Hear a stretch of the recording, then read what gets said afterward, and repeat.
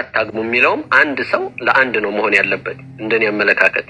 ወይም ደግሞ እንደኔ ያስተምሩ ነው የተማርኩት በቤተ ክርስቲያን አንድ ሰው ለአንድ ነው መሆን ያለበት አራት ማለት ግን ማለት ይከብዳል ለምሳሌ አንድ ሰው አራት አገባ ማለት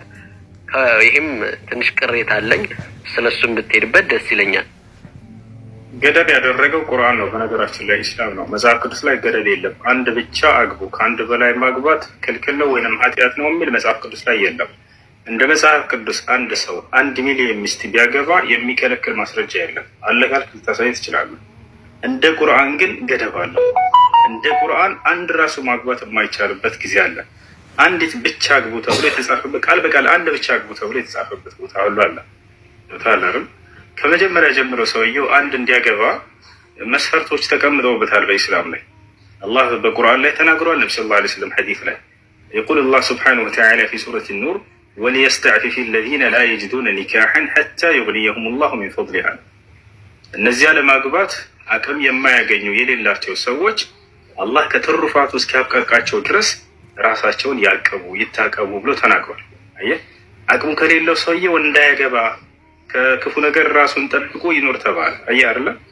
ልክ እንደው ነብዩ ሰለላሁ ዐለይሂ ወሰለም በሐዲስ ላይ ምን አሉ ያ ማዕሸረ الشباب من استطاع منكم الباءة فليتزوج አሉ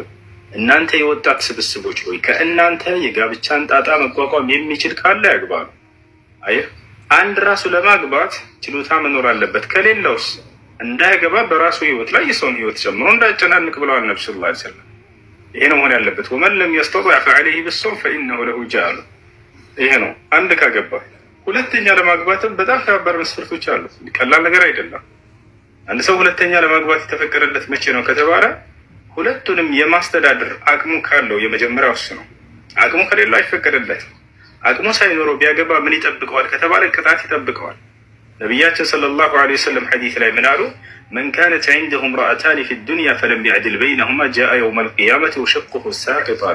وفي رواية أخرى قال النبي صلى الله عليه وسلم من كانت عنده امرأتان في الدنيا فمال إلى إحداهما جاء يوم القيامة وشقه مائل በምድራዊ ህይወቱ ላይ ሲኖር ሁለት ሚስት ኑረውት በመካከላቸው ፍትህን ያላደረገ ሰው ነገ የትንሣኤ ቀን አንድ ጎኑ ተቆርጦ በአንድ ጎኑ ይነሳል ከባድ ቅጣት አለበት እንቷን ስለዚህ ሁለተኛ ለማግባት ራሱ አንደኛ አቅሙ ሊኖረው ይገባል ሁለተኛ አቅሙ ቢኖረው ራሱ የማያገባበት ጊዜ አለ ያ ሰውዬ ፍትሃዊ መሆን የማይችል ከሆነ ለምሳሌ አቅሙ ኑሮት አለኛ ለሰውየው የማይቻልበት ጊዜ አለ ለዚህ ምን አይነት ሰው ፍትሃዊ መሆን የማይችል አንዳንድ ሰው የሆነች ሚስት አግብቶ እየኖረ እያለ ሁለተኛ ሲያገባ የመጀመሪያውን ትውት ያደርጋትና ከአዲሷ ጋር ህይወቱን ፏያለ ህይወት ይኖራል በዚህ ሰው ላይ እርም አድርጓል አላህ ራሱ አይቻልም ላንተ አይፈቀድም ለምን ቢሊየነር አይሆንም ይሄ ሰው فإن خفتم ألا تعدلوا فواحدة አሉ ሚስቶቻችሁ መካከል ፍትሃዊ አንሆንም ብላችሁ ከፈራችሁ ግን አንዲት ብቻ አግቡ አለ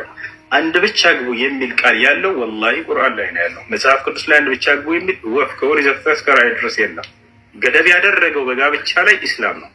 መጽሐፍ ቅዱስ ላይ ገደብ አልተደረገም የግልጹም ነገር ማለት ነው በመጽሐፍ ቅዱስ ላይ አንድ ሺህ ሚስት ያለው ሰው እንዳለ ታውቃለህ እግዚአብሔር የትኛውን ቦታ ላይ ለምን አንድ ሺህ አገባህ ብሎ አልወቀሰውም ይቷል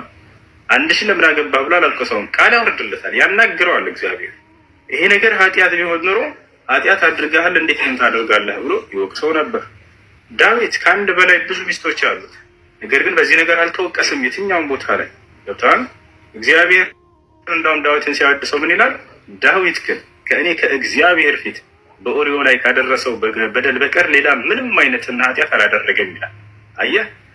በኦሪዮ ላይ ካደረሰው በደል በቀር ኃጢአትን አላደረገም ሲል ጊዜ ከአንድ በላይ ማግባቱን አልኮነነበትም አልወቀሰበትም በሱ ያንን እግዚአብሔር እንደውም እንዳጸደቀለት ያሳየናል ስንት ሚስት ነው ያለው በጣም ብዙ ሚስቶች አሉት ከአንድ በላይ አብርሃም ከአንድ በላይ ሚስቶች ነበሩት